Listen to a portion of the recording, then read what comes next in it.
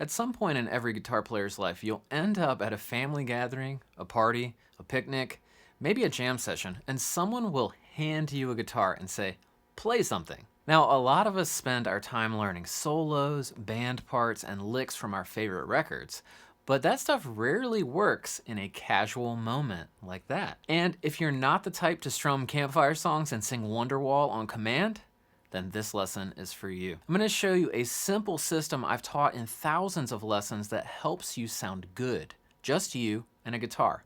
No band, no backing track. Just something musical, something creative, and comfortable to play when the moment shows up. Let's jump in. If you want to sound good playing solo, no band, no backing track, there are 3 key techniques you'll need to blend together. Basically, you become the whole band. Now, we're not diving into all the flashy tapping and percussive tricks today. This is about the essentials.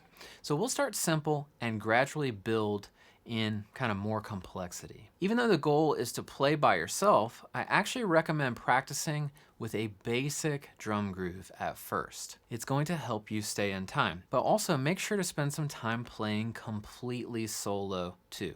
That is the real test. I've included a drum track and all the diagrams from this lesson in a folder.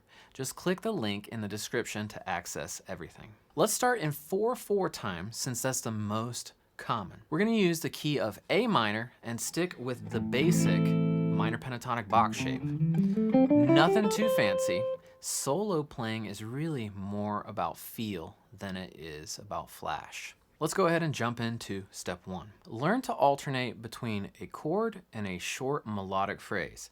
You can make this as simple or as complex as you want, but I would recommend starting pretty simple. Let's use an A minor 7 chord at the 5th fret. But honestly, any A kind of minor chord will work. An A minor bar chord or even an A5 kind of power chord. It's not that deep. Here's the idea. You're going to play 2 beats of the chord and then 2 beats of a melody using the A minor pentatonic. The golden rule is always land back on the chord on beat 1.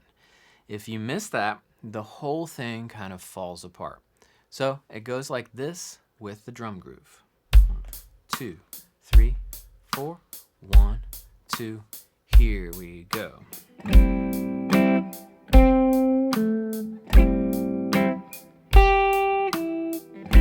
So you just loop that. Now, once you have that, spice it up a little bit. Let's add slides in there. Little hammer-ons, pull-offs. And so far, we've just essentially been using quarter notes, but we could switch it up a little bit. Use some 8th notes, triplets, or even 16ths, like this. 8th notes.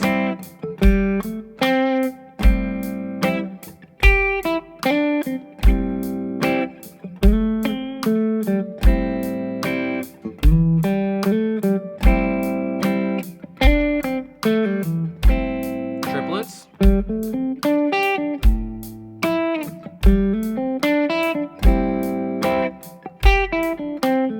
16ths. 2, 3, 4.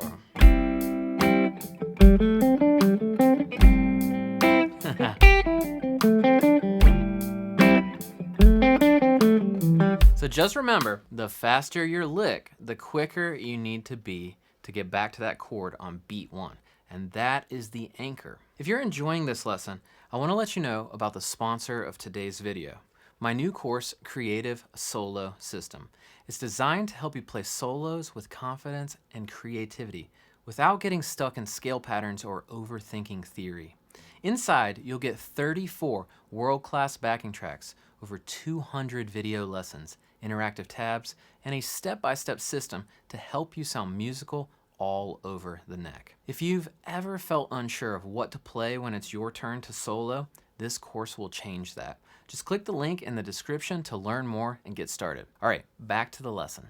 Now that you've got the basic groove going, chord, chord, lick, lick, we can start adding variation to the chord part to make things sound more musical and more engaging.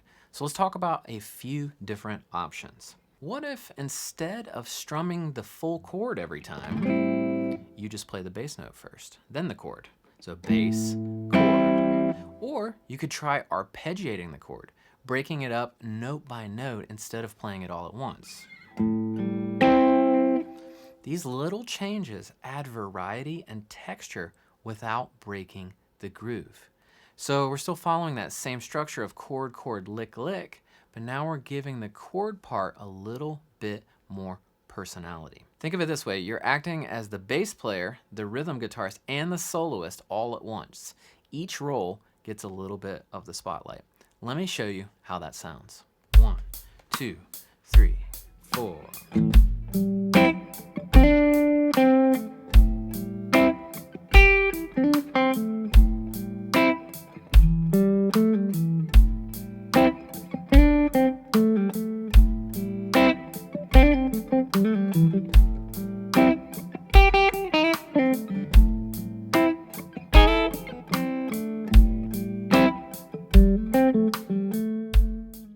Step number 3. Now let's take things a step further by adding a second chord into the mix. This is going to give our groove a little more flavor and keep things interesting.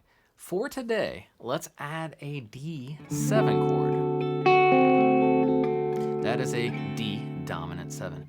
This adds a nice funky twist to our A minor sound, and it technically shifts us into an A Dorian type of vibe. We won't go too deep into theory here, but if you want to spice things up a little bit more, you can add 2 hip-sounding notes to your pentatonic playing. A B natural on the high E string, and an F sharp on the B string.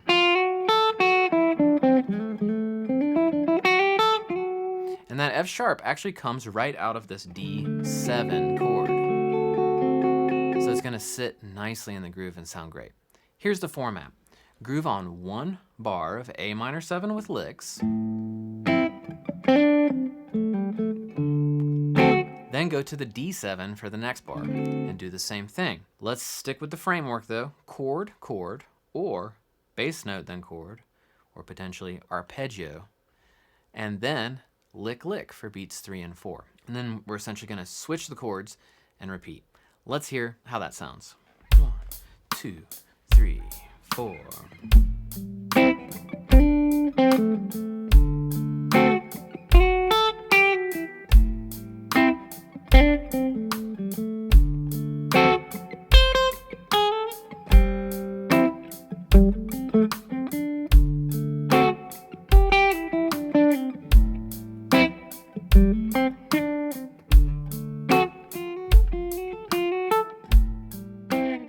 Starting to feel a bit more musical, right? Now, just a quick reminder, your groove and your time are the most important pieces of this entire concept. Without that, none of the fancy stuff matters. So practice first with the backing drum groove and then without it. I would challenge you to record yourself and listen back. You can even start to do really fun, cool things like walking into the bass notes,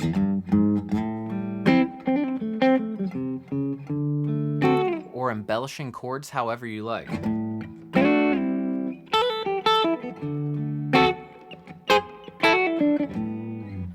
The structure is the key, and as long as you're landing back on beat 1 with a chord or a bass note, everything will sound tied together.